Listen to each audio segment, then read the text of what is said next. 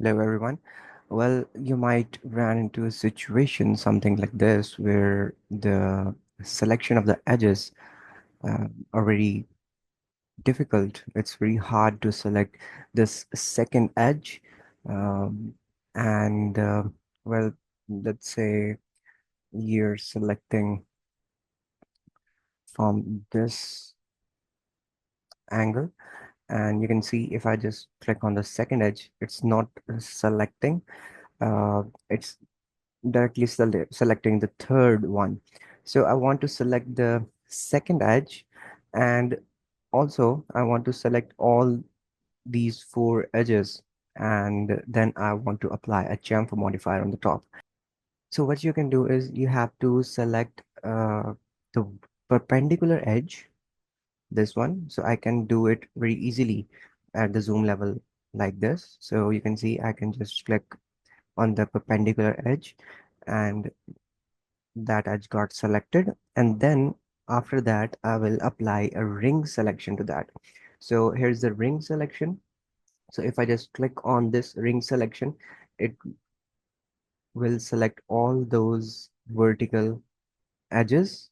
You don't have to orbit around. I'm just showing you that all those vertical edges got selected. And then what you can do is you can just shift your or switch your edge selection from switch your selection from edge to polygon. But before clicking on the polygon, you have to hold down the control key. So if I just press my control key on the keyboard and click on this polygon icon, now you can see all those polygons that are connected with that edge are now selected. See? All right. So now the fun part is that if I want to go back to the edge mode, will I be able to select all those horizontal edges? Yes. So if I just click on, hold down the control key and go back to the edge selection, you can see now I have selected the vertical edges and the horizontal edges that was very difficult to select. But now there's one thing that I don't want to select these vertical edges.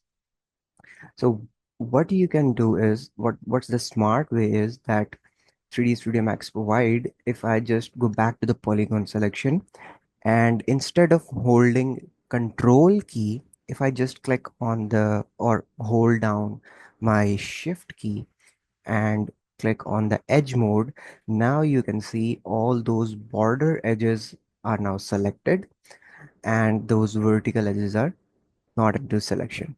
So that's very handy. And now you can just go for a modifier, apply chamfer modifier on top, and the chamfer modifier will only apply on those selected edges.